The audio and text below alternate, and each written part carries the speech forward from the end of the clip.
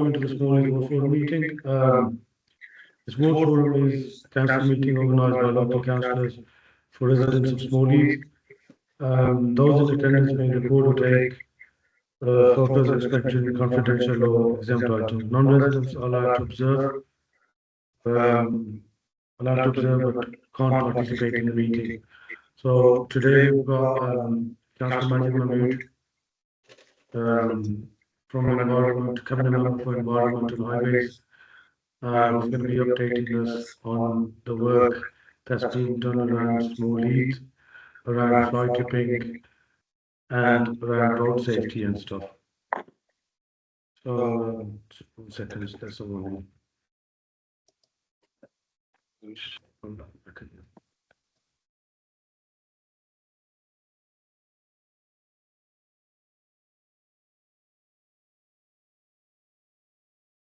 Okay, so Majid, I'll hand it over to you. If you want to start off with road safety. I was just going by the agenda. It was the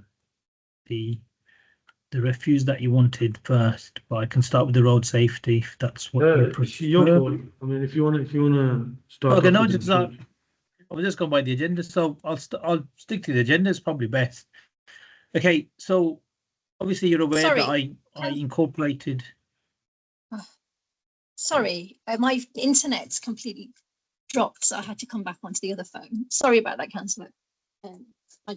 My apologies. Okay, there's two Councillor Shabina Varnos in the meeting now. I can see one. So is it off now? I don't know. If I put the camera on, it completely collapses. So I've had to do it without my camera on. Yeah, there's one of you now.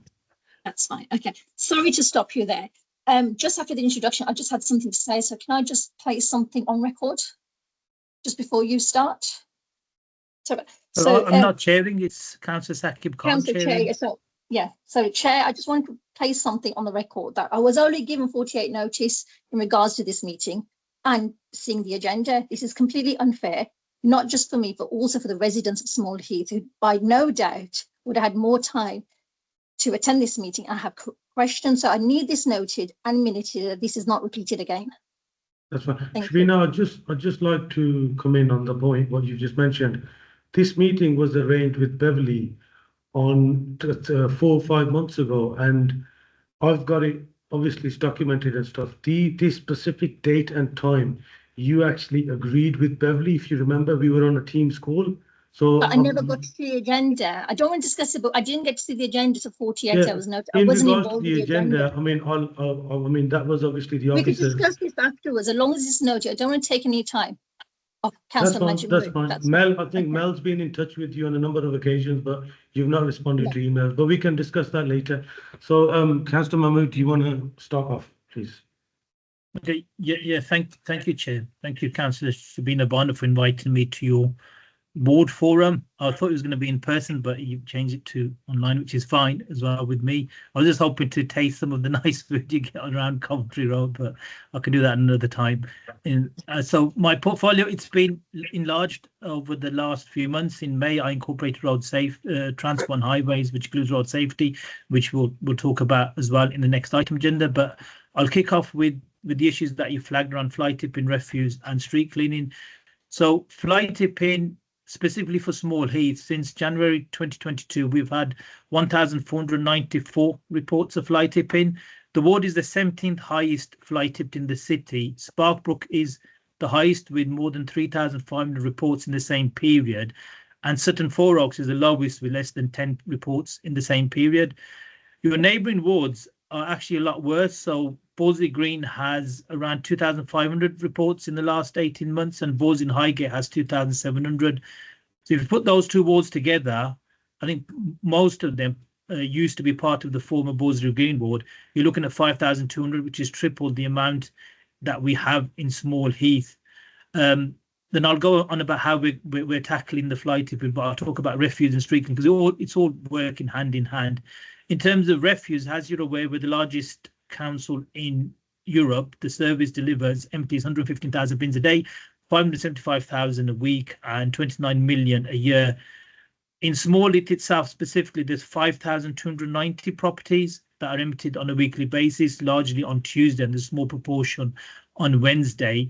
In terms of missed bins, for the last 6 months, to give you an accurate picture since when we were first informed of this meeting, there was 194 reported missed collections, 51 refuse, and 143 recycling bins.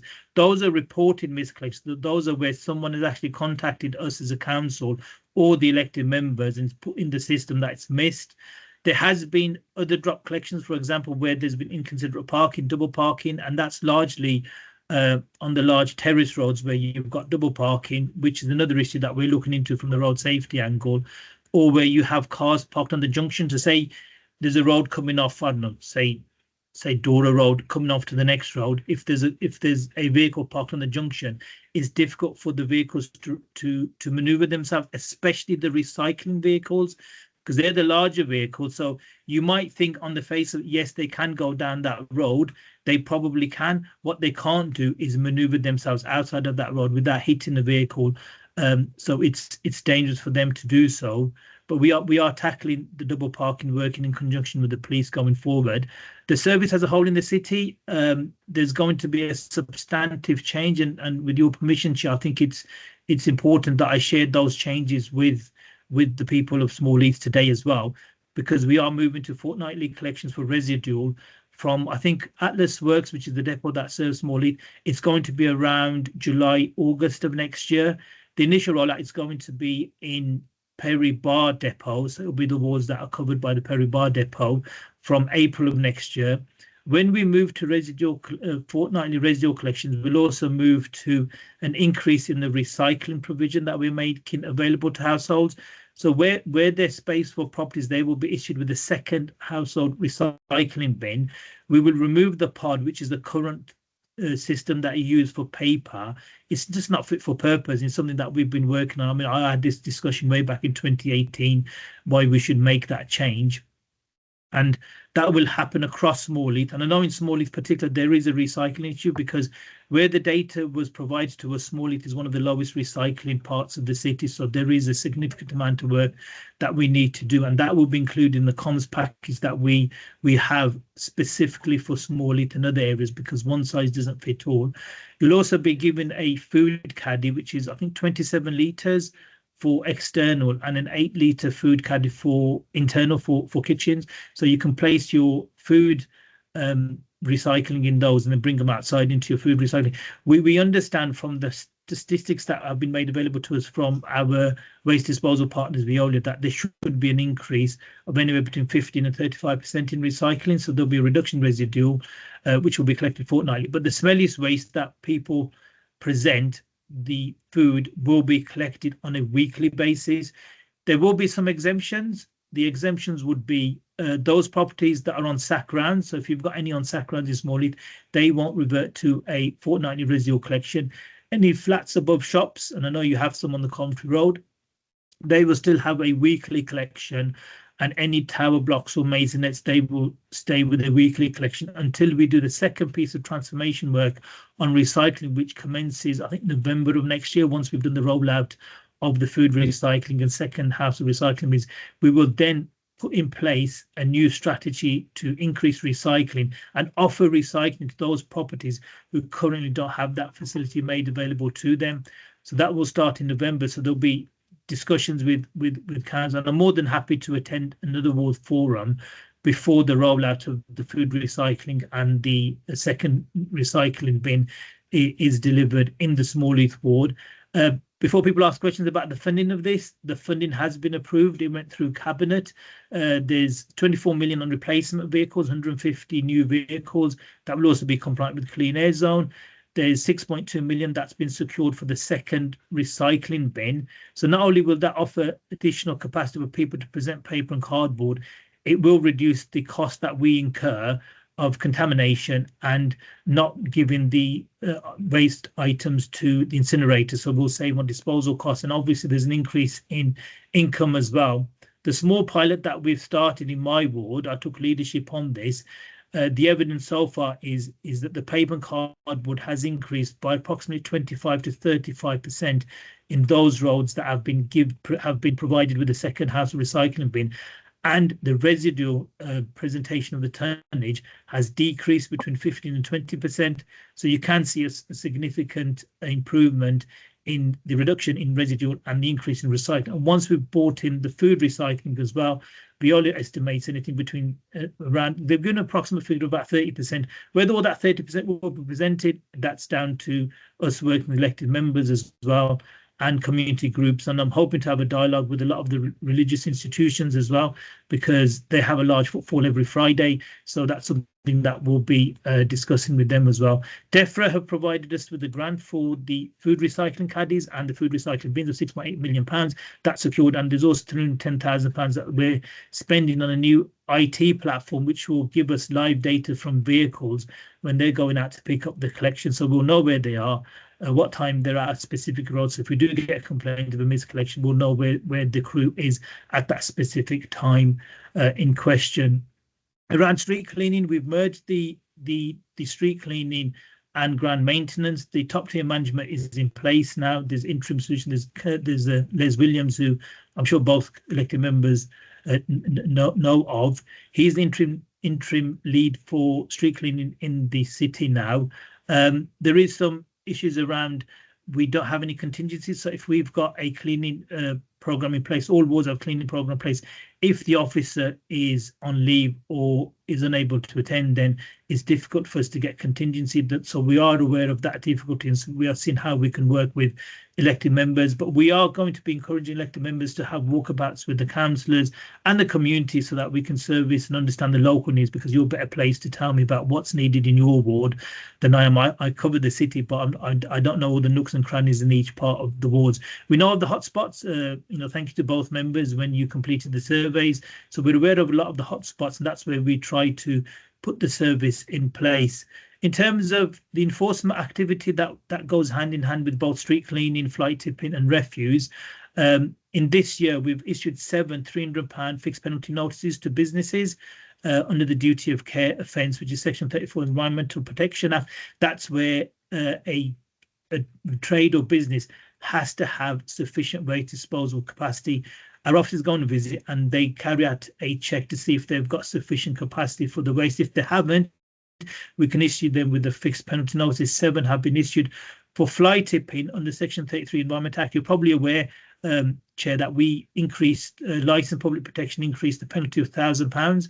We've actually issued 2 in Small Heath for £1,000, and they've been paid for to people that are effectively dumped in the Small Heath ward. £1,000, that's quite a hefty penalty, and the message is going out because we've issued 50 of these now since April the 1st of this year. 1 penalty, we've also issued fixed penalty notice for a business failing to follow instruction on storage presentation of commercial waste. So that's an instance where they present their commercial waste bin on the highway when they're not supposed to, and it's causing an obstruction. So we've issued 1 fixed penalty notice just to let you know that we are actively carrying out enforcement activity within Small Heath. There's a new enforcement hub that's currently been established by the council. So all our enforcement activity, including highways, will be eventually end up in this new enforcement hub. And I think you're probably aware of how well they did during the Ramadan period on the Compton Road, just outside of Small Heath ward, but neighbouring Small Heath, but does have an impact on residents in Small Heath. How well that was managed this year, as opposed to previous years where we've had issues with us picking up so much tonnage. That didn't happen this year, so we didn't have to allocate the resources, which helps us obviously, because then we can use that money to do the things that you want us to do as residents and as elected members. CCTV, I'm not going to reveal the locations, but we do have 2 CCTV in Small Heath ward specifically to target fly tipping, and we've got 4 outside of the Small Heath ward but neighbouring towards Small Heath ward, so walking distance within Small Heath ward. There's effectively 6 cameras in, let's just call it the greater Small Heath area that we cover. Vehicle seizures, we can do that with fly tipping. We have seized a vehicle from Haybonds Road this year for fly tipping. The van owner has been summoned to court, but he failed to attend. There's actually a warrant has been issued now for his arrest, so there'll be details coming through, because obviously it's a court case, so we can't intervene in the court process, but you will have information as to what the net result of that is. But just to let you know, we are seizing vehicles as well as and when we have the evidence. And thank you, to all the residents, both the volunteers who are keeping Smallheath clean, some groups and some individuals who we're aware of that provide us with the details. We continue to provide the litter picking bags, the gloves and the equipment for people to do that. So thank you to all those who've been participating. We still have the mobile household waste centre in Smallheath. You have, because obviously we had to make some savings because of the budget process, but we managed to retain the service. You still get 6 visits a year, and those are advertised to elected members at least a month or two before the actual visits. Your next visit is on the 6th of November, I think on Monica Road. Over the last month, last 12 months, not a month. Over the last 12 months, we've collected 26 tonnes, has been presented by people of Smallheath into the trucks that have been deployed in Smallheath. And since the service began, 106 tonnes have been presented to the City Council via the mobile household waste centre, which is an average about 2.65 tonnage per visit.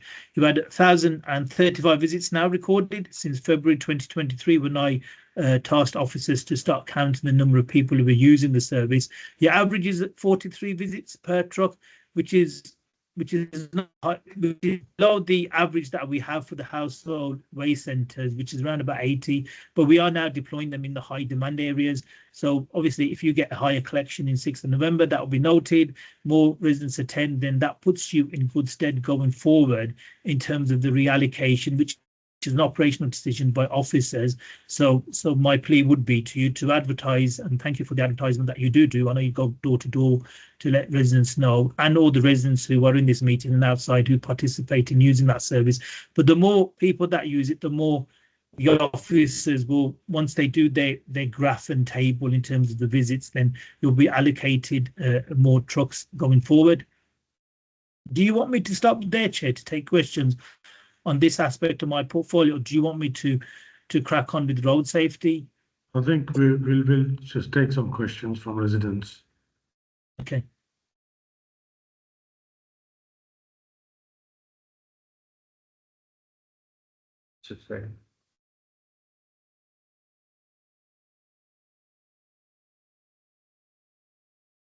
Mr. Zain, you want to come in? Thank you for that, Chair. It's Sajid here. First of all, congratulations on your Umrah, Majid. Thank you. Okay, a couple of questions. First of all, one to the councillors. How many cases have you reported of fly tipping in the last year?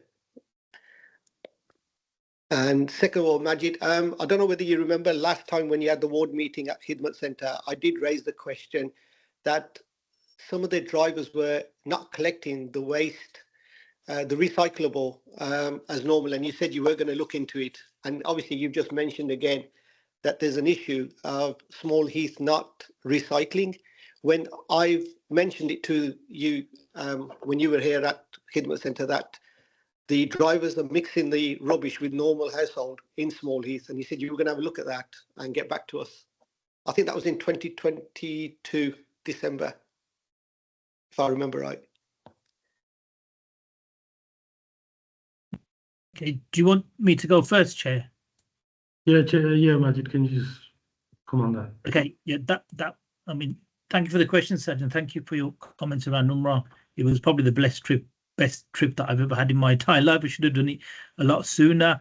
And I would encourage everyone, if obviously if you're Muslim and that's something that you can afford to do, then you should do it at the earliest possible opportunity. In terms of driving, the drivers, the only time that they would mix or dispose of recycling is 2 instances. One, if we haven't got the trucks, because then the depot has to take an operational decision whether they want to leave the recycling, whether they want to take the recycling off the street, or 2, where it's contaminated. So if you've got contaminated bins, we won't collect them. We should be tagging them. So there's a tag that goes onto the bin to say that it's contaminated.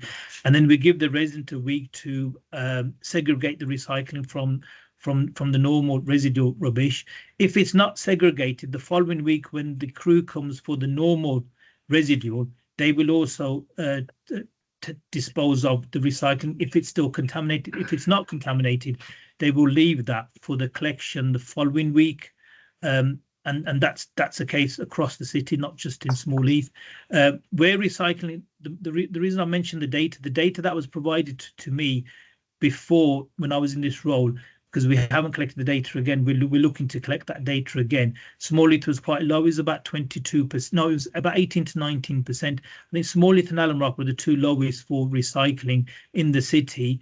That's partly also because we've issued some large bins, the 360 litre bins in some roads in Small Heath.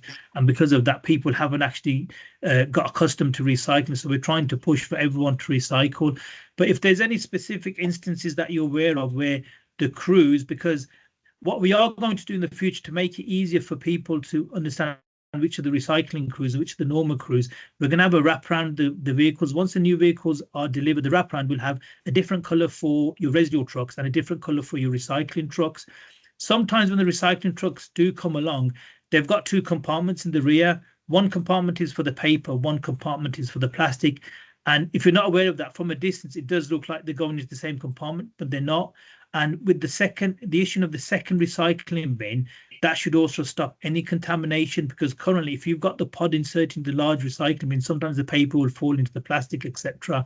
So if that's the decision of the crews, then, well, in all fairness, they should actually try to put it back together again if they can, but sometimes they can't. And then that's when we should be tagging. But you shouldn't have no instance where it's not practice at all of the crews to dispose of recycling in a normal vehicle. They shouldn't be doing that. The only two instances, one where we haven't got the recycling vehicles, but all that should be stopping, because the award for the new vehicles, it's imminent, probably in the next few weeks. So we should have delivery of new vehicles going forward. Problem we've had historically in the cities, a lot of the vehicles, Atlas Works, actually, the depot that's so small is better placed. Lifford, we do have some real issues with vehicles there. And then obviously with the savings that we've had to incorporate as well, we haven't got that contingency of fleet as much as we used to have in terms of delivering that service. But there should be no instance where drivers are purposely contaminating the trucks effectively, because it does cost us more money to burn as opposed to recycle. Hope that answers your question. Thank you. Chair, I think do the you other want me to question, answer? Chair, was for yourself. Can I just answer Sajid's question before I bring you in, Shabina? So yeah, your question about reporting, obviously, as you're aware, I live in the area, I live in the ward. You regularly see me on my walkabouts as well. So any fly tipping that I see, I obviously do a walk around twice a week. Any fly tipping that I see, it's reported, and it gets picked up immediately. Obviously, I was on your road last week when you mentioned about your road not being clean. So obviously that was raised as well. So anything that I see that needs to be reported, it's reported immediately, and obviously then it's for the officers to get picked up. Thank you. Just sorry, Chair. Just quickly, on an average, how many would you say you report in a month? Fly tipping. See, because there's specific locations, which obviously every week we get fly tipping. I'd say probably I report 8, 9, 10 locations a week. A week. Okay, thank you. Yeah. And then obviously that's every week, because obviously whenever I'm at, but there's specific locations, like there's a location where we regularly get fly tipping. It's on the hill of Manson Road. So as soon as that's picked up the following day, there's rubbish there again. There's a location on Barron Road. So there's some specific locations where as soon as we get it picked up the following day, the rubbish is back there again. So you'd say average about 400 a year if I do that calculation roughly, right? That's I'll say about yeah, round about that. Yeah. Thank you. No worries. Councillor Bono, you want to come in? Thank you, Chair. And very similar in regards to that question, as Councillor Majid Mahmood has said, we have got we're 17th highest in the city for fly tipping and rubbish on the street. So a lot of our work is casework, does involve fly tipping. Emails, whether it's emails or just WhatsApp images sent to us to report these. So a lot of my work does consist of reporting fly tipping, something that's been reported by the residents or something that I have witnessed as well. To give you a figure of how many I do a week or how much I've done within the year, I think that's impossible for me to give you on this platform. But if you want to email me on that, I could look into that, but I couldn't actually give you an actual figure. Thank you, Councillor Bonner, for that. Sajid, is that from before? Or is it the new ways of hand? No, that's fine. Thank you for that, Councillor. I've got a few more for Majid, unless anybody else has got questions for him. Okay, I'll comment on that note. Obviously, Councillor Mahmood, there's some concerns by residents about leaves in the area. I have reported it to Leslie. In particular, the patch on Somerville Road between Monica Road and Heather Road. I visited that this morning and it was absolutely filthy. I mean, it was filthy. There was leaves, mud.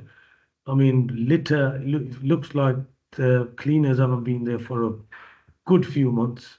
So can we please make a note of that and get that looked into? Yeah, that's fine. We used to have a specific budget for leaf removal, so we used to use agency staff. We had £400,000 set aside, but obviously that was withdrawn. So now we're relying on the normal street cleaning processes. So that will be included in the street clean plan. So Les Williams is the officer now who is leading on street cleaning. A problem we have with leaves now is that because of climate change, a lot of them fall a lot quicker than they used to. We're now fully into the autumn season, so there will be plans in place already to clear those leaves from the area we referred to on Somerville Road. But I'll make note of it and I'll ask the depot to let me know when they will be down there to clear those leaves for you. Thank you. Councillor Bono, is that from before or? No, I do have a question. Thank you, Chair. Two questions, but on that note about leaves, just add to the location, Byron Road and Waverley Road. A lot of residents have got in touch with me about the leaves on Byron Road, especially outside the mosque, and Waverley Road, along where looking over the highway where the trees are, a lot of leaves there. Also on the gullies, how often do they get cleaned? That's one question. So if I could have that answered. And do you want to ask you the second question as well? So you could... Yeah, Councillor Bono, if you just give Councillor Mahmood your questions and then we can answer them. Okay. So the second question, just in regards to the food caddy that you spoke about, I'm just interested in that. If we could have some more information on that. I think we will need more information on that. So the food caddy that goes into the house, the kitchen, where we dispose of food, would that be without any packaging? Because in the ward of Small Heath, and I'll be honest, even when I get rid of curries that I've cooked, I will put them into a plastic bag and put them into the caddy. Can they still go in a plastic bag, or will it just be raw food going into the caddy? Yes. So, Councillor Mahmood, do you want to comment? Yeah, thank you, Chair. Thank you, Councillor Bonner, for the questions. In terms of the leaves, yeah, we can add Byron Road, Waverley Road, and Somerville Road onto the list. So I'll ask the question around when the plan is in place to have the leaves removed from there. In terms of the food caddy, that's still work that's in progress. So we have asked the question around whether the packaging will be available, especially for the internal caddy, because it would make it a lot easier for residents to dispose of the food. So we're still working with procurement colleagues on that front in terms of the costings that will be included in that capacity, because we've set, I think, 6.8 million we've got for the delivery of the scheme. That also includes the provision of the food caddy as well. So I can get back to you on that, and once we've got the details. But as you read, this is a new scheme that we're delivering in the city. A year before that, we're expected to deliver it. So the Environment Act insists that we get it out there by the 1st of April 2026, but we're going to try to deliver it from commencing 1st of April 2025. Given the size of Birmingham, it's 1.24 million people. It's probably 4 times the size of some of the neighbouring authorities that we have in the West Midlands. We wanted to have a phased approach, so it may be that in some parts of the city we will be able to provide some additional packaging. In some parts we may not be able to provide it. I just need to work out the details and the costing that's coming back during the procurement process to make sure it's affordable for us and for the people of the city. Thank you. Thank you, Councillor. Sajid, is that from before or have you got a new question? Sorry, that'll be another question about something else that I need to ask about, to do with the Birmingham City Council contract with Viola.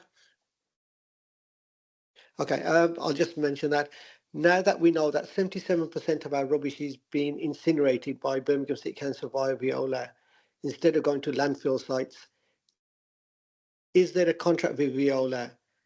How much waste does the council have to supply them as per contract? What are the penalties if they don't, Birmingham City Council don't supply them as per contract? What effects is the products of combustion having on the local community, including children, due to the amount of gases that are being let out in the local community? And obviously now with the city zone, what's happening with that? Because obviously all the traffic, all the traffic that's coming into the local areas because they're avoiding the city centre.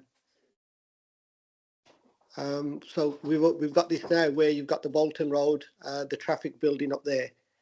So all of the inner city now, you could spend an hour from Morrison's to Asda just sitting in traffic on some days. And obviously with the incinerator giving these toxic fumes out, it's affecting the local community, and especially the Asian youngsters with asthma and other breathing difficulties. Thank you. Councillor Mahmood, want to comment? Okay, is that all of the questions from Mr. Hussain, or is there more questions? Because he did say he had a few, so I'm happy to take all of them in one go, as opposed to coming back to some mindful of time.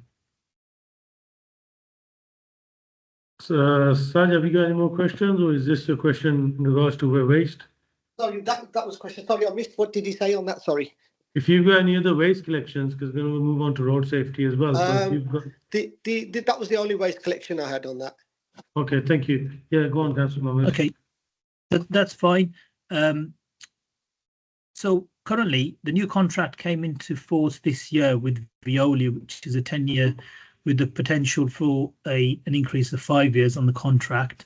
And there's no penalties if we don't provide the tonnage. We used to have, I think it was 350,000 that we had to provide them with in the previous contract, but we waived that in order to get best value for money. We are able to go to other partners to be able to collect that waste, ensure that the incinerator is working as it is, because you are right, Mr. Hussain, they do need a minimum capacity for it to be running in the best way it should. The effect on school children, any studies that we've carried out, any studies that are made available nationally, and there's legislation in place, we're not aware of any effect or harm that's causing children. But obviously with all of these new technologies coming and new studies taking place, there's something that we are monitoring frequently. And I know there's some legislation coming into force around incinerators from a national perspective in the not too distant future. Obviously, as a council, we will have to adhere to that and work with the national government on ensuring that our, not just children, but all of our people are safe in the city. Okay. Do you have any data, or can any data be done, or when was the last data done to find out the amount of pollution that's causing in the local community from the ties the incinerator? Okay, so the carbon emissions that emanated from the incinerator is about 6% of the overall emissions that we have in the city, which is quite significant. But at the same time, it needs to be taken into the context that it's in an area which it's not largely residential. I'm aware of the facility and the locality. There are a number of residential properties near to it, but there is some work that was done which I had sight of. I'm just trying to remember what I can do. I can come back to the elected members and provide them with any studies that we have as a council, and to give you the assurance that it is safe. I'm just mindful, incinerator doesn't fall within the Smallheath ward, but it's on the neighbouring ward of Tyseley and Haymers. But I can provide that data to you that we've got in our possession. Because you've got a couple of schools which just literally touch on the boundaries. Yeah. I will come back to you with any data that we have. It was a robust procurement that took place with legal, financial involved. So obviously we're not going to enter into a contract which is going to have a detrimental impact on the health of our people in the city.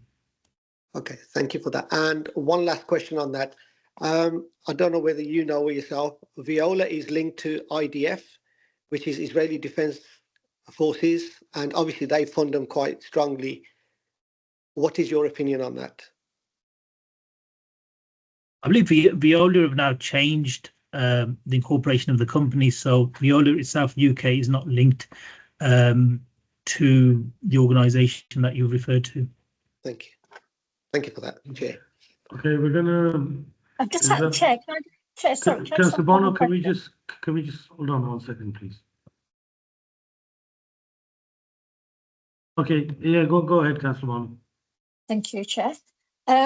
Just on the Mahmood's, well, got my questions right. Okay, first of all, I'm pleased to hear about the CCTV that is installed in Smalley, but you can't actually reveal the location, which I totally understand. However, can I request that if any enforcement or any updates you have on the data, can that be given to us, both myself and Mr. Khan, Councillor Khan? Okay, so the data on all enforcement activities presented to the Licence and Public Protection Committee, which is available to not just elected members, but also residents. That happens on a monthly basis, I believe, in the council. So they have all the data, but if you want any specific data in terms of Smalley itself, I can ask officers to, well, I can forward you the emails that I get that in relation to Smalley going forward. Yeah, I would appreciate that. Thank you. Thank you. Thank you. Now we're going to move on to item agenda 4. There's obviously been some road safety concerns, which obviously this is what has been put in the agenda. So, here, Councillor Mahmood, can you just update us on road safety side of things in Smalley and what work has been done from Birmingham City Council to address this? The chair, there's still a hand up, so I'm not sure who it is. I can't tell on my laptop. Do you want to have? Lads, can you have a look at that? is this from before? Yeah, it's from before. It's okay. So I just put his hand down. It's fine. Oh, it's a legacy hand. Okay, that's fine. It's the Okay, legacy. so road safety, as I said at the outset, I've had transport and highways incorporated into my quite large portfolio of environment in May of this year, primarily because of the synergies attached to both of the portfolios going forward. It is a significant amount of work. I've never been so tired in my entire life, I'll be honest with you, but it's a very important piece of work as well that we need to embark upon. On average, we have 24 deaths, unfortunately, on our roads. And this year so far, we've had 10. That's what pushed me to declare an emergency. That has enabled the setting up of a gold command with West Midlands Police and the Metro Mayor Richard Parker around the overall strategy, which I'll get onto later in the presentation. But in terms of Smalley specifically, we've had collisions from the 1st of January 2021. We've had in 2021, we had 28 collisions that we were aware of. 3 were serious. In 2022, unfortunately, you had 2 fatal fatalities in Smalley because of road safety, 5 also serious and 30 slight collisions. 2023, no fatalities, 4 serious and 17 slight. In 2024, this year so far, you've had 6 serious collisions and 11 slight. But even the serious collisions, just to make you aware, those could be serious collisions with someone is potentially may lose a limb or something quite serious, which has a devastating impact on that individual and the family as well. So they are serious in terms of us dealing with it. The 2 fatal collisions you had, 7th of June 2022 was on the Coventry Road near Albury Road. There's pedestrian fatality, tragically killed. The driver was arrested. And in 1st November 2022, Haybarns Road near Farmer Road, there was a pedestrian fatality in a hit and run. And of the 6 serious collisions in this year, 2 are notable because they're serious collisions involving children, pedestrians. The 4th of May, I think it's Hobmore Road. The pedestrian was between under 4 and 16th of June of this year, St Benedict's Road near Fleur Road. Pedestrian was 5 to 7 years old. So specifically in the work that we're doing, Haybarns Road, as I've said, that was the site of a fatal road traffic collision. There's a scheme that's been prepared to address the causal factors of this road traffic. The proposals include pedestrian facilities, including a new pedestrian island at the location of the fatal road traffic collision, and additional warning signs to be installed at Haybarn Circus and the road. That proposal will be coming to elected members, you're aware, but there'll be more consultation with yourselves, and then it'll be followed with a full business case. And as long as we get through the relevant approvals, then you're looking at probably on-site completion April of next year. So it's one of the schemes that I've asked officers to prioritise. In fact, all schemes have been prioritised where we think we can make some changes to the highway.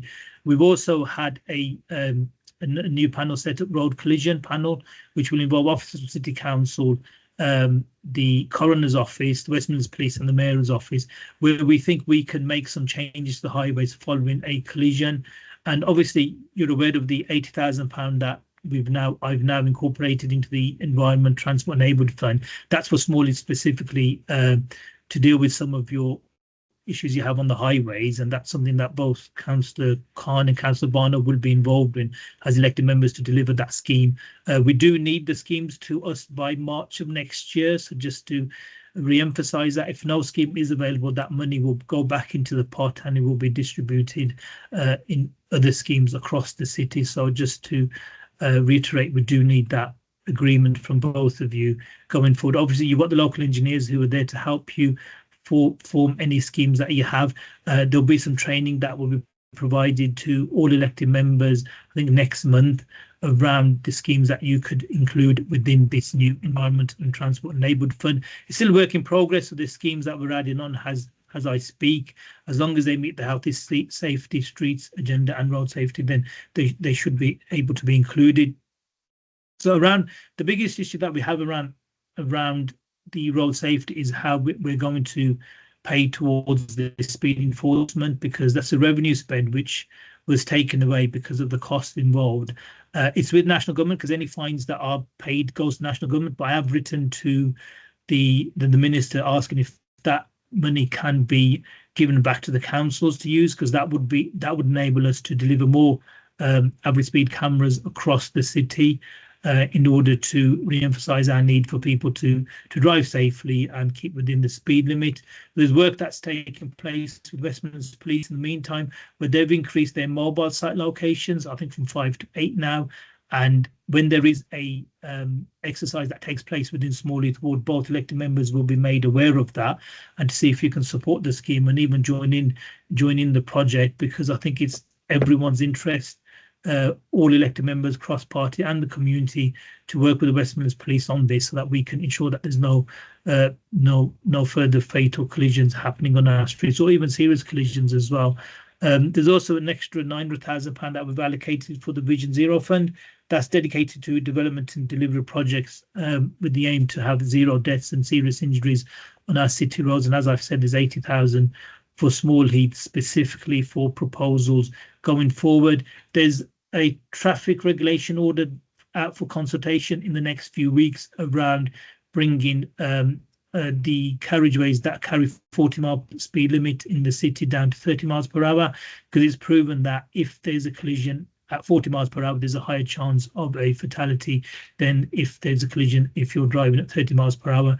That's something that we're pushing, and we're just waiting for the legal process to take place going forward. One of the main issues that we have in Small Heath specifically, and parts of East Birmingham, is around illegal drop curbs.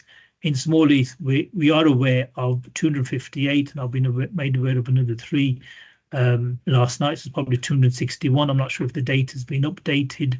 There is a growing problem across the city, and we have a process in place where we write to the households asking them to apply for the drop curb. But bear in mind, a lot of the roads, they haven't got the space frontage that they have at the front of the property for the drop curb, so they wouldn't be able to carry that out. But we are waiting on legal advice and as to how we're going to tackle this going forward, because there's about 1,400 in the city, and there's a report that I've asked task officers to draft, because this is a financial burden on the council as well, because we need to put those drop curbs back, but then we also need to retrieve the money from those people who are responsible for carrying out the unauthorised work. At the same time, I've asked officers to look into the costings of legal drop curbs to make them more cost effective, so that more people are encouraged to go down the legal route and not go down the route that they're currently going. There's also issues with people making, chopping trees or trimming trees in order to gain access, and that's criminal damage, that is. And I am waiting. I'm going to be speaking to the highest level in the West Midlands Police to basically push for action against those who are causing criminal damage to any of our public assets, all of those assets are owned by all of us as citizens of the city, and there should be nobody should be allowed to get away with damaging any of our assets in the city. So that's work in progress, and I'm hoping to come back because the report also been prepared for scrutiny as well. So it'll be something that we will be actioning on going forward. We do need a resolution. I am not going to allow people to get away with having illegal drop curbs. If you want to drop curb, you have to go through the legal process, which is through the council, to get the necessary permissions and pay the necessary contractors who are on our panel to get those drop curbs installed. Thank you, Chair. Thank you, Councillor Mahmood. Just before someone puts their hand up, I've just got a question.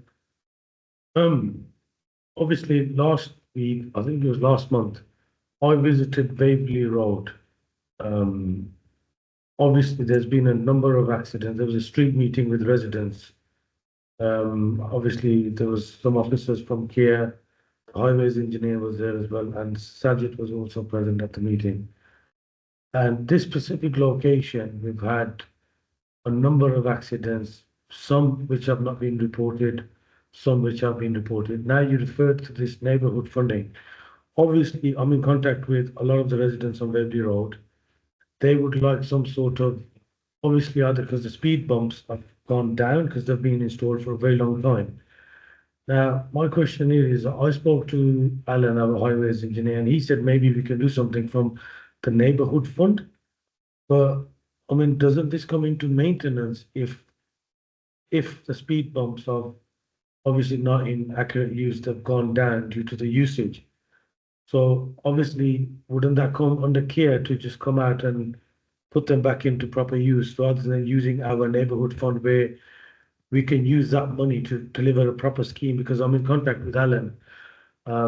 He's just waiting on his training, and then he was like, we're supposed to meet up and obviously do a meeting with the residents and then obviously deliver some sort of scheme that we can do. So would it be possible that we could get these speed bumps fixed through obviously maintenance rather than using that neighbourhood funds?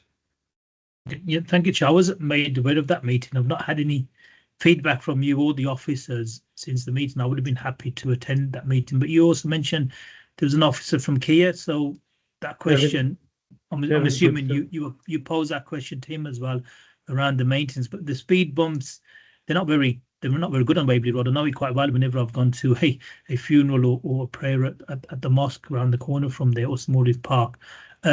If it's something that's within the maintenance contract with Cllr, they should be rectifying the problem if it is a maintenance issue. If it's now the speed bumps are no longer fit for purpose because when they were installed they were too low, and technology has moved on, cars have moved on, then that's a question for ourselves as a council to work with Cllr to see what we can do going forward, because there are a lot of speed bumps. Once people are aware of them, they're not really fit for purpose because they've been installed, but people can maneuver around them. So just trying to remember Waverley Road itself, I think these are the low speed bumps. They're the which, cushions, again, the two cushions. So the question then is are they still fit for purpose to act as a infrastructure which slows down speeding cars? Now, that's the technical question for highway officers and Cllr. So we can have the conversation with them, but I'm more than happy to take it to them to see whether they're in the maintenance and whether something can be done within the contract to rectify the current situation. Because if they're not working the way they should be, they shouldn't really be there. We need new ones which would actually do the job of slowing down speeding on that specific road. Oh, this is the question I asked the guy that's in charge of Smallheath from Cllr, Kevin Gibson, and he said obviously this would have to go through your neighbourhood funds because we don't have the resources. So this is where we need to look at things where this comes under maintenance, and it would be unfair to spend that money on these speed bumps when this is obviously a maintenance issue which needs to be sorted through maintenance. So if you could look into that for us.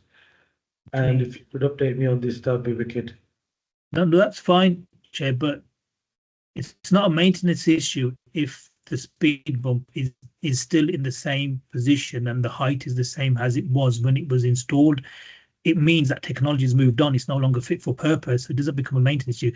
It's a matter of installing new infrastructure. If it's new infrastructure that we have to install, then that would have to come from your Environment and Transport and Neighbourhood Fund. If it's them rectifying the current speed bump, then yes, it should come through maintenance, but I need to have that conversation with them. But just my thinking and trying to remember the height of the speed bump, I think it was quite low anyway, because I think at that time when it was installed, it did the job. But clearly now, especially with 4x4s and larger vehicles, it probably doesn't do the job. So I'm happy to have the conversation with both Alan Porter and Kevin Gibbons on behalf of the forum and revert back to yourself. I would prefer it if we can get paid from within the current contract that we have with our highway partners, Cllr, then you use it from your Environment, Transport, Neighbourhood, because I'm sure yourself and Councillor Barno have got quite a significant amount of schemes that you would want to bring in, and that also includes, by the way, you can even plant trees with that fund going forward, because that helps with the clean air of Small Heath. Thank you, Councillor Mahmood. Just gonna take some questions from residents.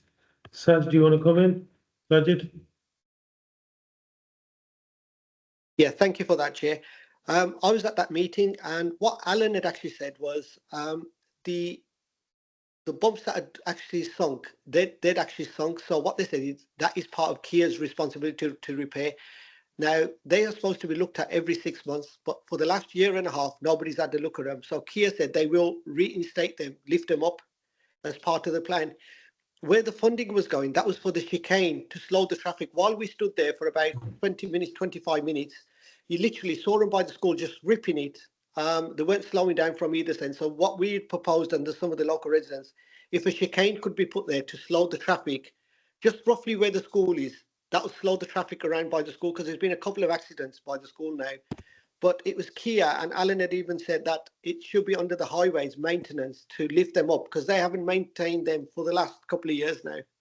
So that's what was the outcome of that meeting that day. We were there, Chair. Thank you.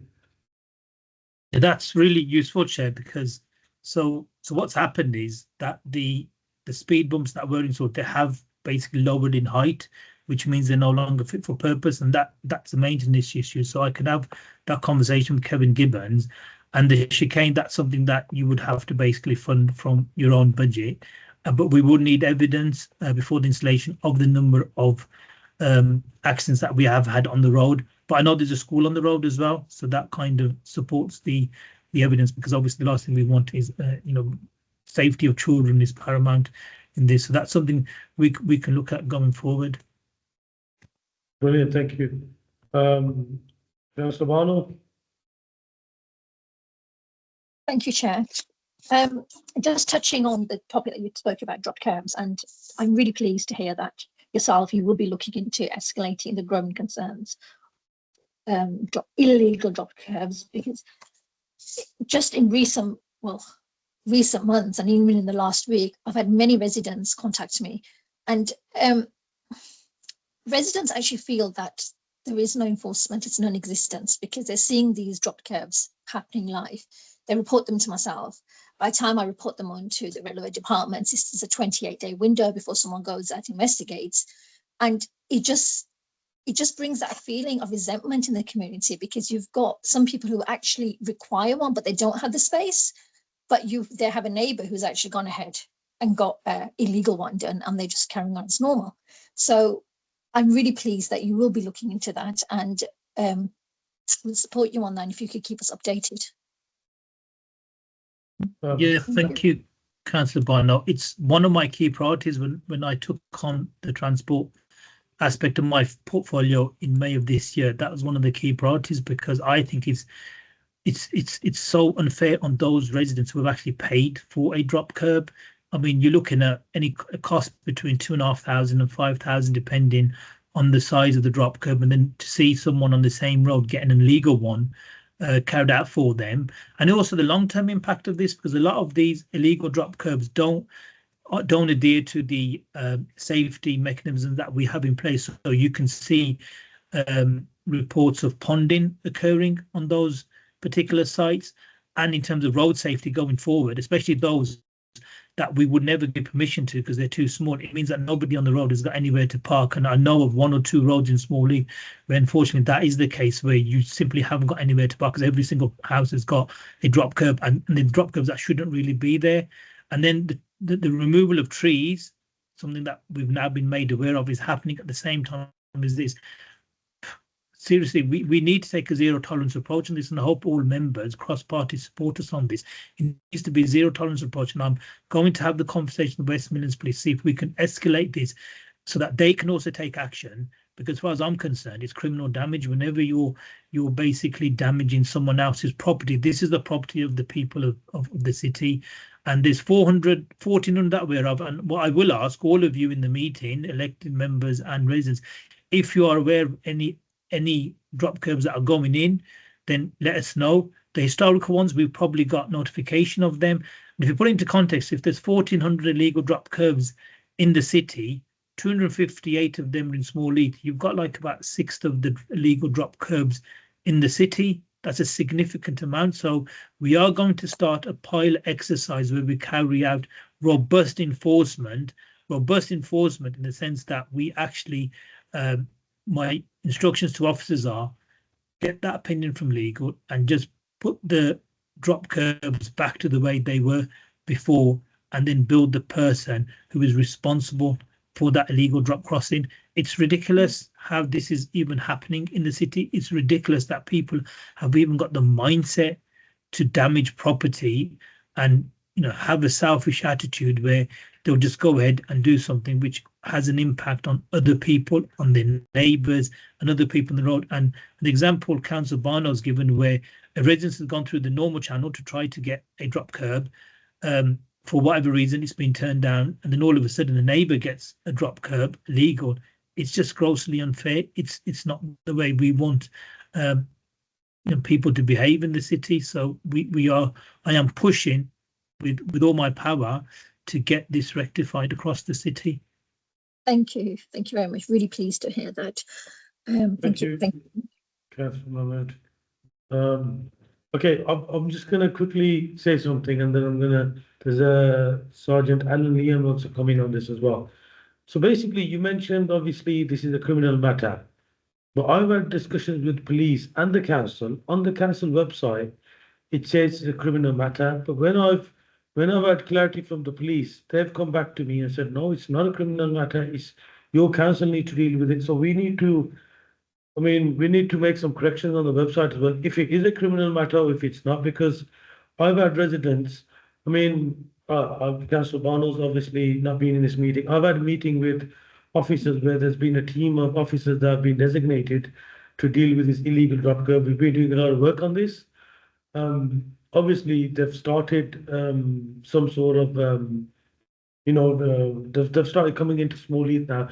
I'm in contact with one of the officers as well. I can't remember his name on top of my head. So if you could just give us some clarity on that way, like we know either if it's a matter that the police can deal with or a matter that we as a council are going to be dealing with. Because, when people are coming to me and when we are telling them it's a criminal offence, when they go to the police are clearly saying to them, it's not something that we need to look at. It's the council that need to look at this. It's exactly my point. I thought I made that clear in my presentation on it, that I'm going to speak to the highest level in the police to have a position where we're working together with the police to pursue every single angle that we can to stop this happening and enforce against those that have already carried this out. The police, obviously, their resources are limited as well.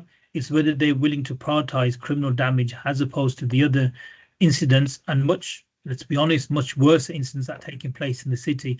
But that is a conversation that I'm committed to, hence my commitment to the Ward Forum here today. Is currently we're working within the City Council internally, but I've asked officers already that we need to have the conversation with the police on this matter. Because, look, let's be honest, someone goes out and just chops a tree. Someone came into your garden and chopped a tree. You would want action taken by the police. The first port of call would be the police. It wouldn't be the local councillor. You would call the police. So why is it any different if there's a tree on the pavement? The police should be taking action against it. It's back to basics for them as well. And I will have that conversation. In fact, officers already arranging a meeting with the relevant police officers to have that. But then it's a matter of the police to prioritise that work. But given that we have 1,400 in the city now, it's becoming a joke. Do we want to see, illegal drop crossings everywhere in the city so nobody can park, nobody can even effectively walk on those roads because you've got drop crossings everywhere? It's just ridiculous. It's a selfish attitude. Where there's a process in place that we already have in place, I admit from a council point of view, our charges are quite high. Sometimes someone applies and I get told it's 4,500, 5,000. That is a significant amount of money. I've tasked officers as part of this work to see where we can also make some savings to make it more easier for people to apply and to pay for that drop curb, because the less cars that are on the highway, it's better for all of us as well, and it's safer for pedestrians. But again, this conversation won't be taking place with your local sergeants who you're probably engaging with, or your local inspector. I'm going to escalate all the way to the Chief Constable Craig Guilford. That's where I'm hoping to have the meeting with, or with Gareth Mason, who's the head of road policing as well. And I assume I will get support from all elected members in the city as well. Thank you. Thank you, Councillor Mahmood. Alan, do you want to come in?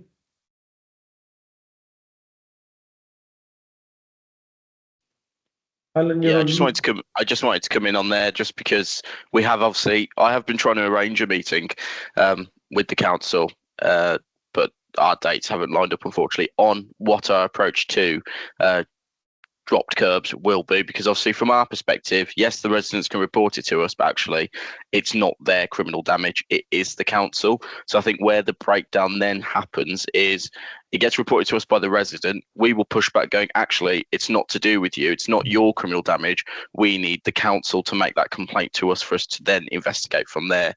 But obviously then it gets passed to the council, who the council will then say we don't have the support of the police, but then there's never that report then going to us to be able to investigate from the council. So I think there needs to be, I would say, take it higher up, because I can make a very easy local agreement with the council to sort out around here, but obviously it needs to be across the board. This is our approach and this is our joint working agreement when it comes to drop curbs on how we can support each other, because I think everybody in the police, yes, we will deal with criminal damage. Nobody wants to not deal with offences. So if they're there, we'll deal with it. We just need to have an actual joint working agreement and how it gets reported to us and then where we go forward. Thank you, Alan. Councillor Mahmood, do you want to come in? Yeah, just totally agree with Leon. We have got a list now. We're compiling the data. We get information from various sources. A lot of the residents that do report want to remain anonymous for the obvious reasons, which is fine. But we will be reporting all of the data that we have with the police. I'm trying to seek that high-level meeting with the police. As I said, I want to take it right up to the Chief Constable because of the seriousness of this and the fact that we need to clamp down on this now. Otherwise, if you look at the rate, it's happening more this year and last year. So if you look at the rate that it's growing, and then especially if, as Councillor Barnard said, people are on the assumption that there's no enforcement taking place, it just will give the green light to others people to follow suit. And a number of elected members cross-party have come to me and spoken to me, both on record and off record, about this. So we will be engaging with the police, we will be providing the data to the police, and then the action can be taken. And I'm of the opinion it would then act as a deterrent to stop any future activity such as this taking place. And just reiterate, if you have got specific addresses, just bring them to us. We probably already have it, but I'd rather have more people coming to us with data we may have missed, but we have got more than 1,400, specifically 258 plus the 3 I was notified of last night, 261 within the smallest ward we have. Thank you, Leon. Appreciate it. Thank you, Councillor Mahmood. Sajid, do you want to come in? Oh, thank you for that, Chair. Chair, and obviously Leon knows about it as well. One of our board members named Yusuf, I think he's tried to come on here, but for some reason he can't come on to the meeting today for some reason that he's not allowed access or something. He's done a lot of work on this illegal drop curbs. He's actually reported it to the police as well. He's given the van registrations, the cars, and 101's told him exactly the same thing. It's nothing to do with you. It's a council issue. He sent so many emails to council. I mean, there's over 500-600 illegal drop curbs. And I think on your last meeting as well, didn't you, Sakib, you mentioned you've reported about 300 to 400 illegal drop curbs in Small Heath. So there is a big issue, but it seems to be 2 contractors that are going around doing all these illegal drop curbs. And I think Name's even got 101's conversation he's had, basically saying that he's got nothing to do. He needs to report it to the council. And literally, they were working on the job for 3 or 4 days. And, you know, they weren't interested. So obviously, that's where some sort of law or something needs to be enforced, where it is a matter for the residents, because obviously they're taxpayers. And if they're digging up the public highway, it's public responsibility to report it as well. Thank you, Saj. Thank you. Is there any more questions? And then we can move on to the next agenda. Saj, is that from before or is this a new hand? Sorry, that's from before, sorry. Okay. Thank you for your time, Councillor Mahmood. Obviously, if you want to stay on the meeting, you can. If not, you can. We're going to move on to the next. We've got Sergeant Alan Leon. Thank you for attending on short notice. It's not on the agenda, but as Alan has agreed to just come in and give us briefly updates about the work being done by the local police, and if resident wants to obviously inform Sergeant Alan Leon about any issue that they have in the area. So yeah, Alan, I'll bring you in. Yeah, so if people aren't aware, I'm the local neighbourhood sergeant for the Bordsley Green neighbourhood team. So if people aren't aware, Small Heath is actually covered by 3 different neighbourhood teams, those being myself on Bordsley Green, then you've also got the Small Heath and Highgate team, and you also have the South Yardley team. So for a little bit of context of what I cover under Small Heath, I cover from Hobmoor Road and the left side of the right side of the Coventry Road as you head up towards Charles Road. So I cover that part of Small Heath. However, we do have a shared working agreement between myself and the Small Heath team that we basically do cover most of Small Heath together, and we step in where needs be because we work on opposite shift patterns. So some of the concerns that have been raised to me over my time being here that I can give updates on, one of those being obviously the garages that are parked off of the Coventry Road, and we've got a few. So we're looking at Porters Way, Cherrywood Road, Herbert Road, Parliament Street and Camelot Way. We do have a plan in place for those. We've already linked in with the council with trading standards, environmental health, licensing. We've linked in with fire as well, and we've got a joint agreement between the 2 teams where we will have the DVLA coming out along with all of our other partner agencies, and we will be going out and speaking with all of the garages, seizing any vehicles that have been dumped inappropriately, and then issuing community protection warnings from a police perspective. And then we'll let obviously all of our partner agencies go in and tackle the issues that they can tackle. And then we'll be doing a follow-up visit within the 2 weeks from that first point. So at the moment, we're just trying to arrange a date. Obviously, there's a lot of agencies that are involved, which means we have a lot of different schedules that we have to fiddle with. So we're just trying to make sure that we find an appropriate date that we can manage everybody getting together to do that, and then also make a follow-up within 2 weeks. One of the other issues that's been raised as well is prostitution, particularly on the corner of Mansell Road and Coventry Road. That's also where we're finding drug dealing happening as well. Again, I work with a third-party agency that is funded through the council called Turnaround Birmingham. One of the workers from there, her name is Liz. She is on the Coventry Road Wednesdays to Fridays and has a really good working relationship with a lot of the street workers. So she goes out, offers them support. She'll get them prescriptions, gets them will allow them to try and assist them in getting housing, trying to basically work with them to get out of the lifestyle. So I've been working with her, trying to build a relationship so there's some more trust and confidence between the street workers and the police, because from my perspective, it is always support and engagement first rather than enforcement. So what we actually have seen, and I know people don't always see it because there are different girls that work there, but there has actually been a reduction in the amount of girls that are on the corner of Mansell Road and Coventry Road.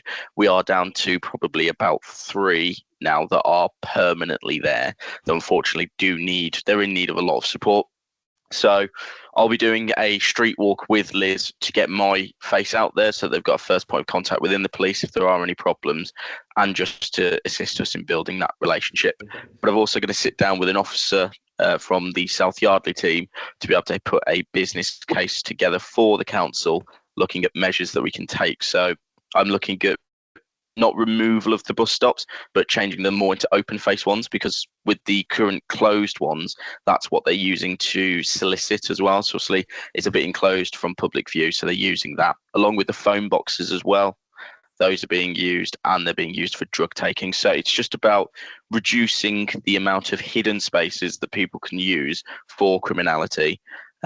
So that business case will be going in as soon as we can put that case together for them. Just trying to go through my list as well. So that's covered the street workers, drug dealing. Again, I can't go into any kind of specific details just because of operational sensitivity, but we are aware of the drug dealing that is happening on the Coventry Road. We are aware of the supplying and the use of nitrous oxide. A plan is in place. Unfortunately, it takes time. We can't just be told of it and then take action the next day. We are bound by warrants and other things that need to be drafted, and then obviously we have to get resources in place. So we are looking into it. We are aware. We do have a plan in place. We have spoken with some partner agencies as well that can support us in getting that work done faster. So hopefully within the next month, I should have a more positive update with action that has taken place on that. Parking tends to be the thing that I get told about every single day. It's probably the biggest concern of the community that gets raised to me. We have issued probably about 40 tickets per day is what we're averaging at the moment when we go out and do enforcement. So it's obviously for us, it's not particularly sustainable because it isn't enforcement. With fixed penalty notices, we're not seeing a drop in the amount of illegal parking or dangerous parking. So what we have started doing is we have been hand delivering letters to every single resident. We've done Floyer Road, and we've got a few other roads coming up. Those detail exactly what our police powers are to be able to deal with dangerous parking, what we consider to be dangerous parking, and how people can park more appropriately in the communities that we live in where parking is constrained. What that does mean is if it is a continued behaviour, then I will start looking at using our powers of seizure. So where vehicles are blocking pavements, people have now been warned and given plenty of time. We will have to unfortunately move to powers of seizure to take those vehicles away. So those are the next steps from there. Vehicle crime as well, we're noticing a trend in theft from vehicle offences, namely license plates being taken. So if anybody is worried, we are looking at getting some of our safety screws out. So what that does, it makes it a lot harder for your license plate to be taken. We have ordered a great deal more of them to be able to get out, but we do have some on hand. So we are looking at ways to be able to get that out to the people that need them most. Because every single time we do a community event, we tend to give them out, but people love free stuff, so everything gets taken regardless of whether people need it or not. So if anybody from the council or local community members have any ideas of how to get those out to the people that need them the most, contact me at the Bordersey Green email address, or if you've got my personal email, you can contact me there. More than happy to hear people's ideas, and we will work together to get those out to everybody to hopefully have a drop in those offences. I'll open up to questions, but if people do want to get in touch with us, we've got some in-person and virtual events. So every Sunday late shift, if we're on duty, I do a virtual drop-in via Teams. It's normally with me or with another officer on the team. Again, I can send out the link through the council, and I normally advertise it prior, so I'll put it out on Twitter or through WM Now. So those are every Sunday that we're on a late shift, and it's always between 5 and 6. So it's drop in, ask any questions. If you need to alert to us about anything, then we'll take action. Likewise, we had a van alerted to us about on Herbert Road that was being used for drug use and prostitution. Within an hour, we went out, we've stop searched 8 people, recovered some drugs, and then we've also seized that vehicle. So now it's off the streets and no longer being used in crime. So we do take action on what people tell us. Likewise, we've got a cuppa with a copper tomorrow at St. Paul's Church on Boucher's Lane. That's tomorrow, I believe, at 10 o'clock. Let me just confirm, but I believe it is tomorrow at 10. Let me just confirm that. Yep, 10 till 11 tomorrow at St Paul's Cathedral on Belchers Lane. So come along and just speak with us if you've got any concerns or just want to ask any questions. And then likewise, we've got a youth community event on the 28th at Southend City College on Bordesley Green campus. That one is at 12 till 5. So we've got a mobile police van for any parents who want to come down and have confidential chats, or if any of the kids want to have a confidential chat with us as well. We'll be doing a kickabout with children, just see if you can beat the team of police officers that I'll be rallying. I am trying to get a hold of firearms, dogs, drones, and recruitment so that we do have a bit more of an event there. And likewise, I will be putting on some Halloween-themed events for younger children as well when they do turn up. Refreshments will be provided, and it's just a way for us to kind of break down some barriers between the police and just the community in general, and then also just offer a bit of support and advice, especially in the half-term period where we do find that exploitation of children does rise. So it's just a way of keeping people engaged. So if anybody's got any questions, more than happy to field them. Thank you, Sergeant Allen, for the update, and thank you for coming on the short notice. I've got just a few little things. Firstly, this walkabout that you're going to do, obviously not in Bordesley Green, in Smallheath. Mhm. Could you drop me an email, because I'd like to join you on that, because there's some issues. It will be overnight if you're okay with that. It's just obviously most of the girls come out quite late at night, so it will be an overnight walk. Yeah, that's fine. And I'm Okay. in the process. I'll obviously email you. I'm in the process. I'm going to have one of the deputy PCCs coming in the ward.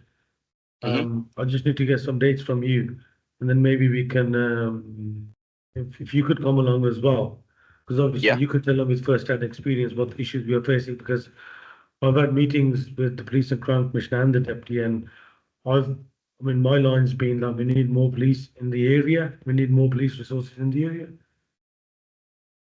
Yeah. If you Thank email you. me across any particular Yeah, dates you're thinking of. I'm going to send you some dates over, and then once I've agreed it with Wasim, I'll obviously get back to you, and then we can put something in the diary, and then we could have a walk around the area and counter roadside and stuff. Absolutely. Wicked, thank you. Sajid, you want to come in? Yeah, hi. Thank you for that, Chair. Thanks, Leon. I mean, since Leon's come onto the scene, he's helped a lot around Smallheath.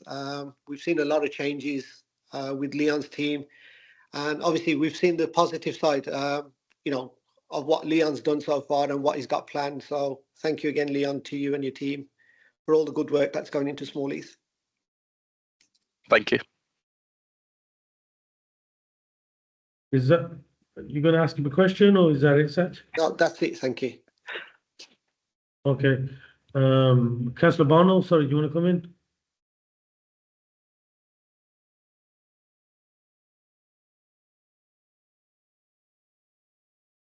Councillor Barno, is that a hand from now or from before? Sorry, no, I was on mute and I was talking away. So sorry. Thank you very much. Thank you, Chair. Just on the work on Mansell Road with the prostitution, I just want to praise you for that. And I think it's absolutely excellent that we're taking the approach of support and engagement to work with these women, because it's not a choice that they have. It's not a life choice, but the fact that we're going to go and work with them and engage with them for a different life choice, and rather than down the exploitation route of where they get vilified, I think that's absolutely brilliant work that you're doing. So I'd like to praise you on that. Thank you. Another question which you might have covered, abandoned cars. A lot of concern come about abandoned cars, and it's that area. Is it DVLA? Is it the police? Is it the council? Some of them are taxed, but no insurance. Some of them have an MOT. Some of them don't have anything, and they're just parked up. That's a huge concern within Smallheath. They're parked there for months on end, and some of them, to be honest with you, are parked up. They're not literally covering someone's driveway, and these are the legal driveways. I'm talking about, not the illegal driveways, but they're sort of covering them. And there's one particular resident I have who has a disabled badge, and he finds it extremely difficult to park into his bay because this car's been abandoned there for 3 months and it's still there. Who is the best contact for that? Councillor Bono, are you sorry, Alan, can we look at, are you referring to Swanage Road? Because me and Alan have managed to sort that out. Not just Swanage Road, no, there's one on Mansell Road. The Swanage Road has also been flagged up That's- as well. No, we've sorted that out. Alan's managed to sort that out for the residents. Mhm. Sorry, you can come in now, Alan. Yeah, so it's a bit of a difficult. Well, I suppose it's not difficult from my perspective. If a vehicle on its own has got no tax, that is the DVLA. If it's a vehicle that's got no tax but is parked dangerously, then report it to the police. If a call handler, because advice is a bit different, like we try. So I deal with a bit of shades of grey, not so much black and white. So black and white is no tax, DVLA. If a vehicle's parked dangerously and has got no tax, we should be told about it. So do report it. If a call handler tells you that it's not a police matter, then contact your local neighbourhood team and let them make the decision. From my perspective, if you tell me a vehicle is parked dangerously, we will go out, we will assess it. If needs be, we'll seize it. If it's a vehicle that's got no insurance, it is a police matter because we can seize a vehicle for no insurance, and a vehicle with no insurance should not be parked on the road. It needs to be notified off-road and parked either on a driveway or in a locked garage if you've got no insurance. No MOT is the one on its own that we don't tend to deal with, because for a vehicle to have no MOT, we do ideally need to see the driver to be able to issue what we call a Haughty 1 form, which it's less used today. So, which is why we'll typically go out and we will deal with no insurance or any vehicle parked dangerously. Because again, if a vehicle's parked dangerously, we've still got powers of seizure because it's an obstruction of the highway and it's parked dangerously. So that's my advice. No tax, DVLA, everything else, let us know and we can assess it on a car by car basis. We know that abandoned vehicles are a long-standing issue. We are just trying. So basically, we run a monthly operation with the DVLA where we come out and we seize untaxed and abandoned vehicles. The first one, it went really well, although we had some issues in the DVLA. The second one, still successful. However, there were some issues in the police where we didn't have the staffing that day, which meant we couldn't be as effective. So we are just trying to come up with a much better, smoother solution where when we run these joint operations, they do work a lot better. On that, we are planning a 2-day operation in December where we will get together. I've secured the resources. I'm trying to get them to secure their own trucks so that way they can come along and we can basically hit. My first point of call is Borsley Green because obviously I have to prioritise my own working area, so that will cover some parts of Small Heath, don't get me wrong. I'm hoping that the first day we can basically do the entirety of my patch. The second day would then be to focus on the other areas I get alerted to, particularly around Small Heath. So if I can get everything done in that first day, Small Heath will be targeted on the second day to basically clear as many abandoned vehicles as we can. My hope would be is that when we do the work with the garages, that will clear up a lot of those roads as well, which will then which basically makes it a lot easier then to deal with everything else because we're kind of reducing our workload at that point. So that's kind of the overall goal. And then I'm looking at doing those 2-day operations every 6 months. So I still do my month to month just to try and keep on top of things, but then throwing a 2-day operation every 6 months to make sure that we are clearing everything. And then I would hope that as people start getting their vehicles taken on a regular basis, there is some change in sorry, I've got another meeting that I need to get to quite quickly, but I don't want to run away in the middle. But yeah, so I'm hoping that then will have a bit of a knock-on effect and people will change their behaviours from there. Thank you. Thank you very much. Thank you so much for that, Alan, and appreciate you coming for the short notice. No, so if anybody does have any further questions, you can get a hold of me at the Borsley Green neighbourhood email address, and I monitor that when I'm in, so I'll get back to you as soon as I can. Will do. Thank you so much for that. No Appreciate problem. it. Take care, everybody. Thank you. Bye-bye. Okay, so we're going to move on to Councillor's news and updates. So I'll just quickly give you the updates, and then Councillor Bono can give her updates as well. Obviously, as a lot of you might know, we've started, me and Jess are doing advice bureaus in Small Heath. This is the first time we've started. Obviously, an MP is going to be coming into Small Heath. You can obviously book appointments to call Jess's office. There's 3 dates for this year, and the next year we've got 12 dates that we'll be having it's going to be twice a month. Every month she's going to be coming, and it's like a councillors and MPs joint advice bureaus that will be going ahead. Secondly, obviously, myself and my team, the local Labour team, we've started door knocking.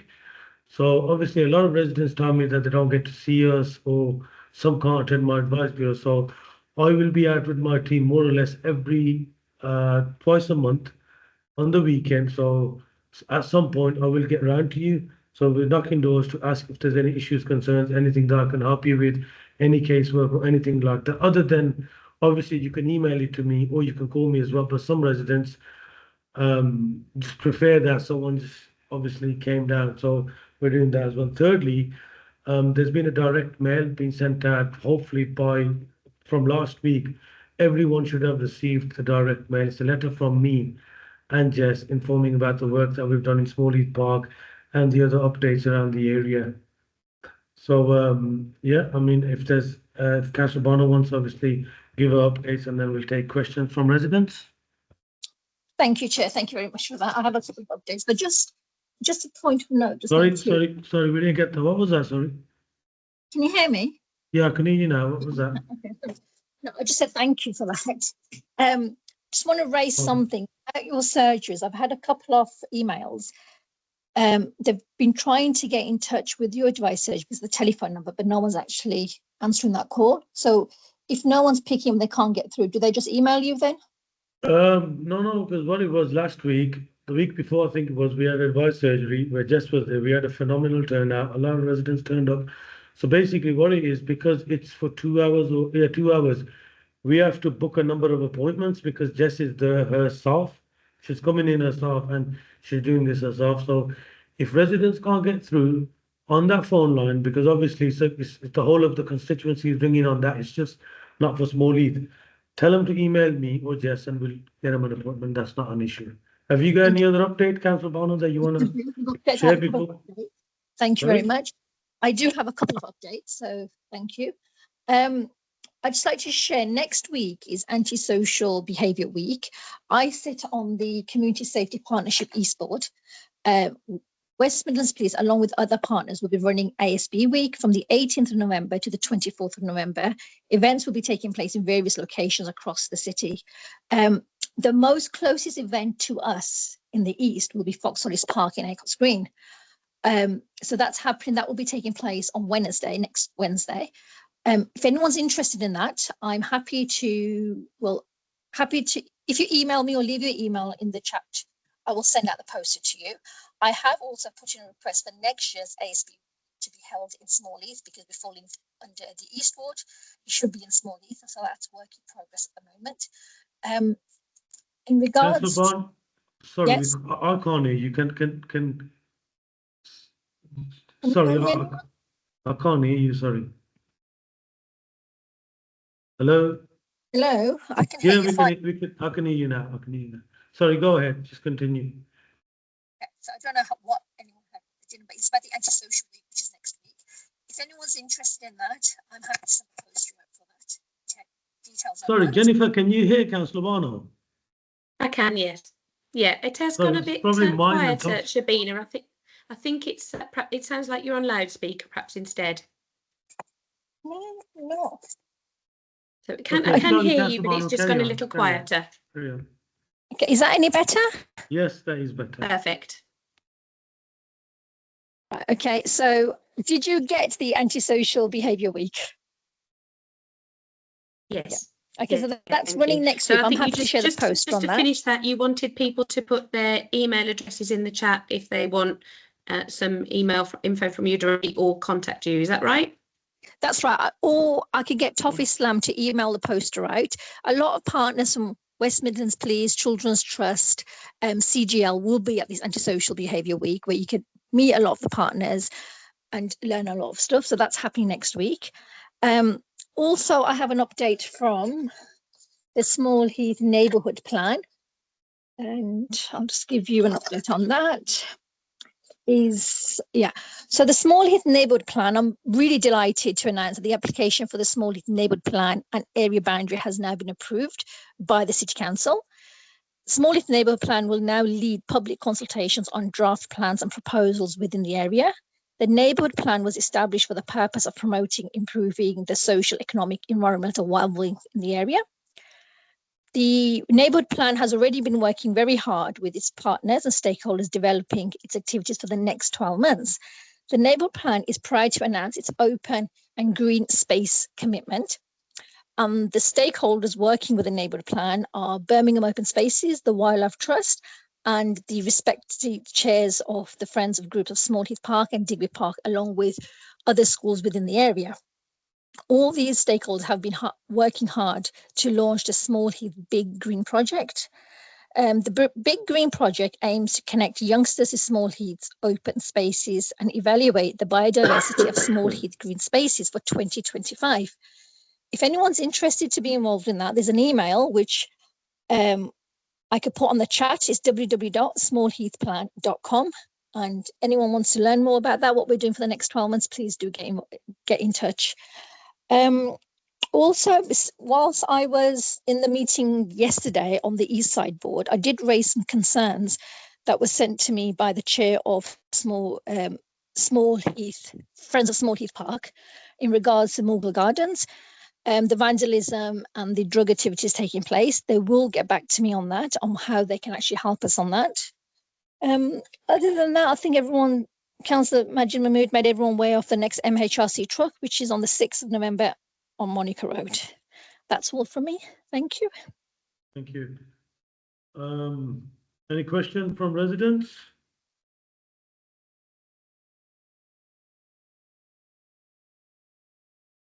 Any hands?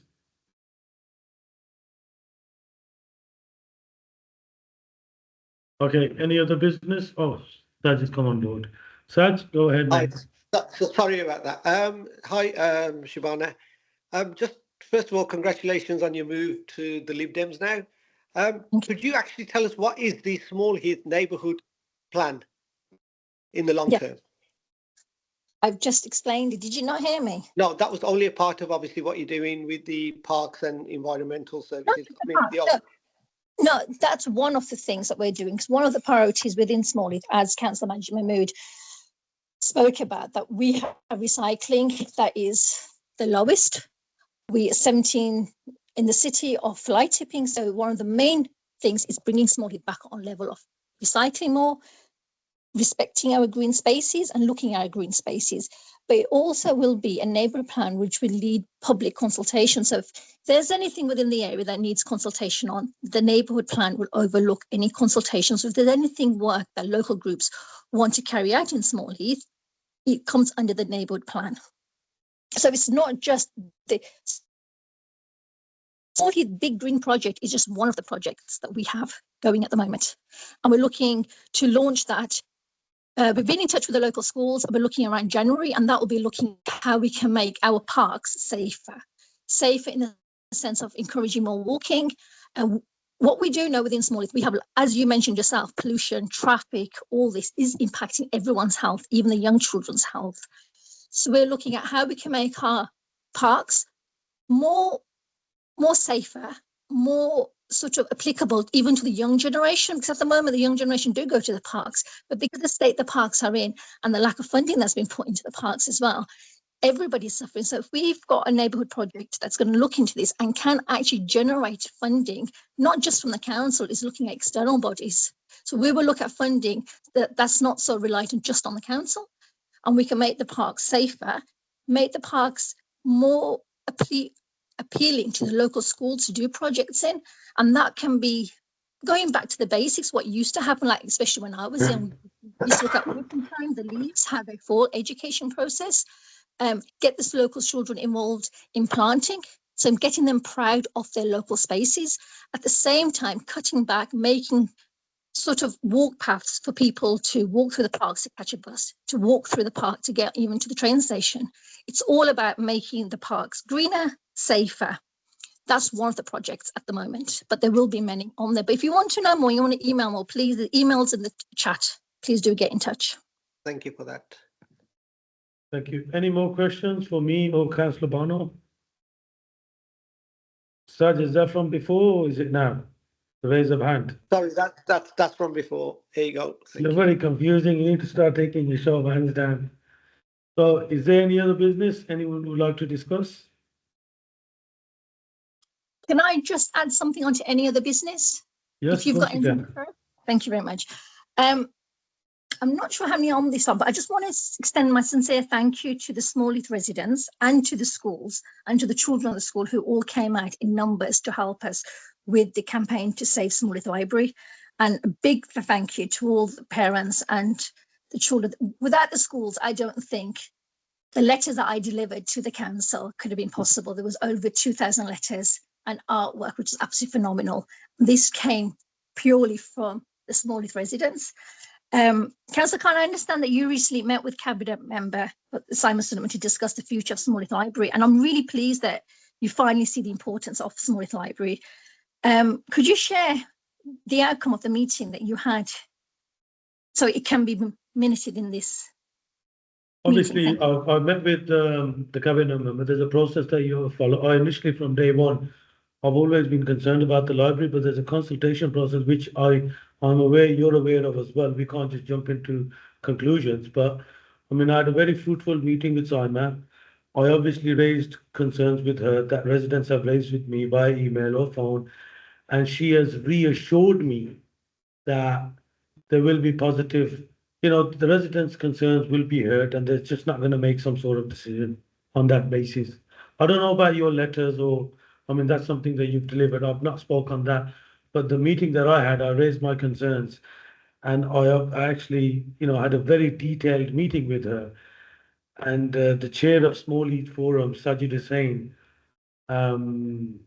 we agreed to meet at the library, because obviously I wanted this to be like done the proper way, but due to obviously time and stuff, we couldn't do it in the library. So we had a meeting at the council house, and she has assured me that residents' concerns will be heard. I can't obviously commit to something right now and say it's going to remain open or closed, but she has said to me that the residents' concerns will be heard and they will not be ignored.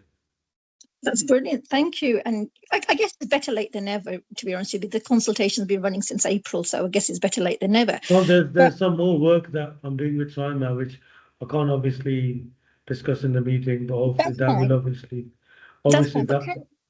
that's fine. But now that you've stated you will be advocating on behalf of Smallheath residents to ensure that their views are fully considered, because I know there's been times where because Smallheath Library falls under Bawdsey Green Ward, and there has been times where you've said that it falls into Bawdsey Green Ward, but that's fine, as long as you're involved and you're advocating. No, Councillor Bono, I'd just like to... Could we then trust that you will hold the Cabinet Member accountable on the promises? Because the last consultation was 60 pages long, and I believe there's another consultation now, because this consultation has now been delayed till January, and that still will result in another consultation to discuss option 4. What the issues are, presumably you're aware because you've been involved with it. The main concern that was coming out from the residents of Smallheath was the fact that it was a 60-page consultation, which was not community friendly. It wasn't in other languages. And not just if it was in Urdu, a lot of people couldn't read it because it was just, the consultation was just so long. What we don't want is for our residents is to have another consultation, which is another 60 pages long, full of grammatic errors. This proves why a library is so important, because in the consultation was full of spelling mistakes and grammatical errors. The decision of the locals has been to save the library. We're going back and discussing option 4. So what we need is for you to voice that complaint to the Cabinet Member is the decision needs to be to keep the library open, not to discuss option 4 again. As I've previously said, and I'll say it again, rest assured, I am obviously the library falls into Bawdsey Green, the swimming baths fall into Bawdsey Green, but if it's affecting my resident, I'm going to get involved. And I've had residents approach me in recent months and say, look, this is obviously we want the library to be remained open. So then we've had a discussion, and it's been a very positive discussion. I can't obviously, just say that it's going to remain open, or either it's going to be a couple of hours, a couple of days a week, or if it's going to be if it's going to remain open. I can't go into that right now, but hopefully you and the residents of Smallheath will have positive news. I can assure you on that. Thank you very much. My concern was, again, discussing option 4. What we don't want is our residents to go through another. She has assured me that residents' concerns will be heard. So Thank you. thank you. So I think there's JB, do you want to come in? Hi, yeah, sorry, it's been really difficult to connect online. I mean, first, could I say how disappointed this has been, an online meeting? The connection has been absolutely crazy.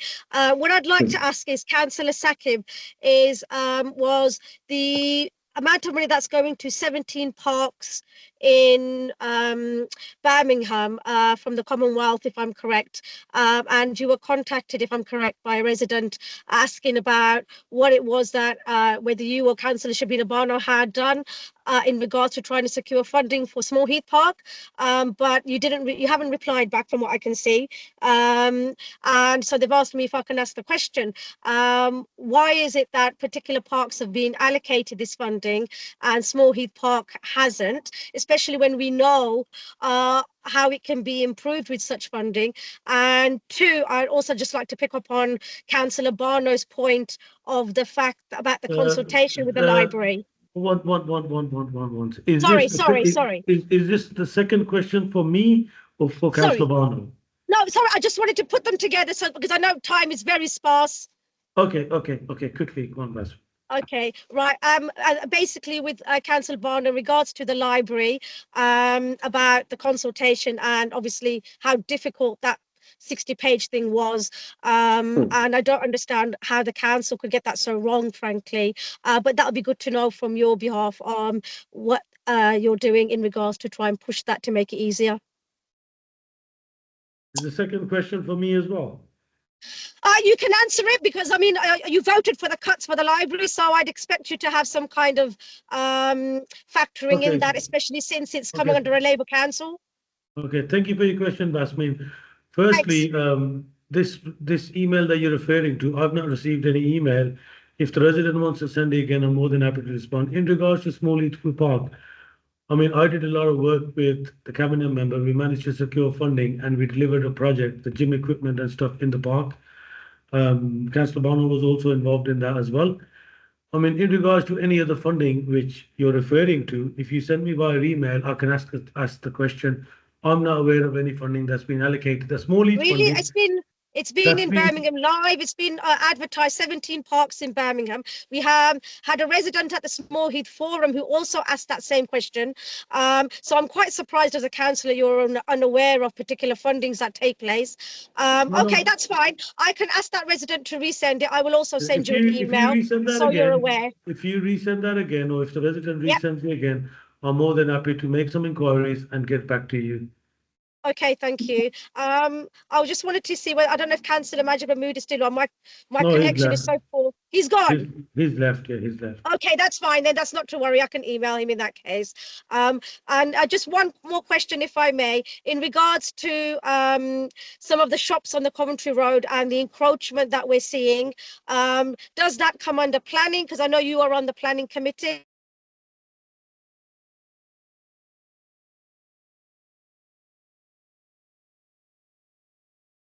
Hello? Where's she gone? She was having internet issues, so maybe the call's been dropped. But the group, Sajid, do you want to comment before we close the meeting? Chair, if you answer her question, because this meeting is recorded, so she can actually get back and listen to your answer. Because I think she did say she was having internet issues. I've just answered the question. No, she asked about licensing, about the shops on the Coventry Road. I couldn't get the whole question because she got cut off. But so let me just answer her question before you close the meeting. She also asked me about the funding. I'm not aware of that email, but if you could email me the name of which funding, if it's Brombreeds, because I have a feeling you're speaking about. Brombreeds has been changed to neighbourhood funding. Absolutely. That's what's been changed. Brombreeds has been changed to environmental neighbourhood something. So if that's what we have up until March to